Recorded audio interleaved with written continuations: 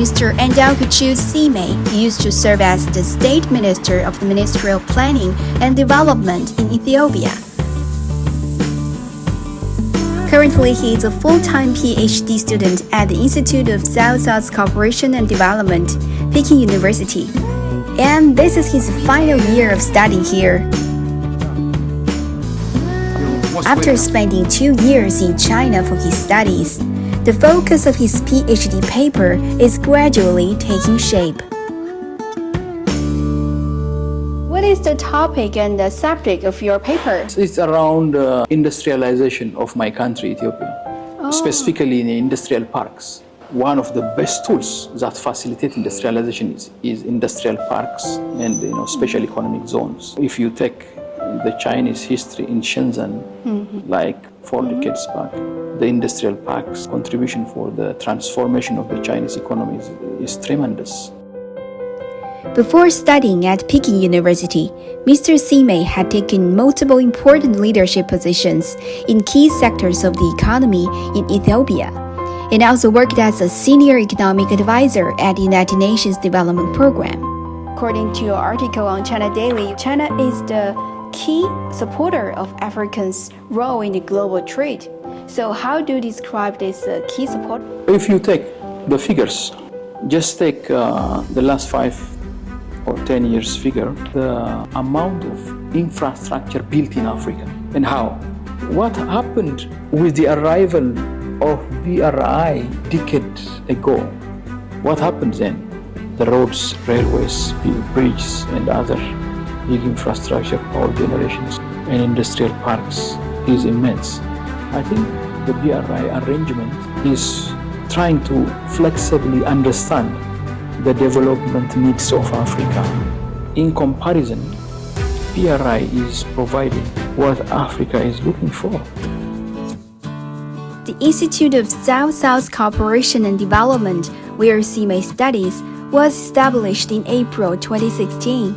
It is committed to sharing China's governance experience as well as that of other developing countries, and to training high-level government management talent for the developing world.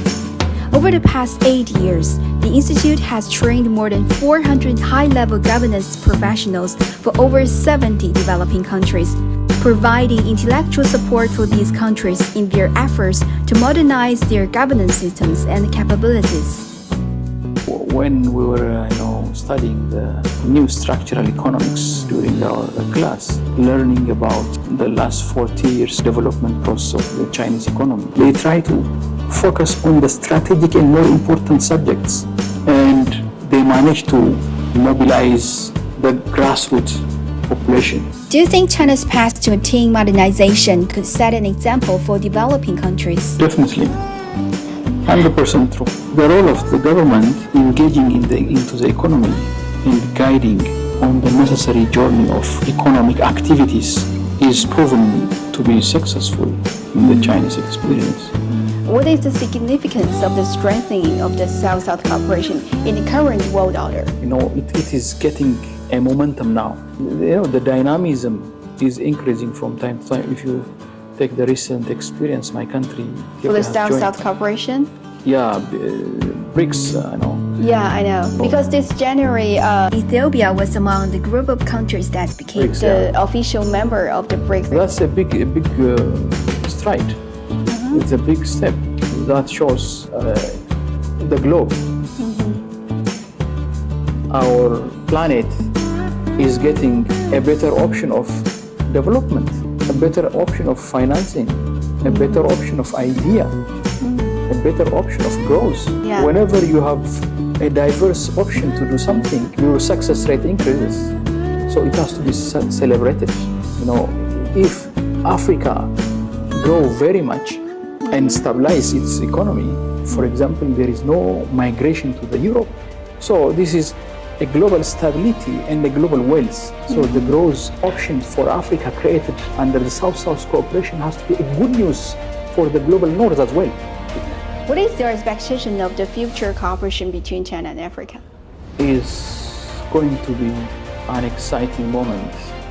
We passed through a very good learning process during the past decade in the Belt and Road Initiative and other engagements. Those learning experiences is going to be translated as a policy tools and agreements and propositions and future plans.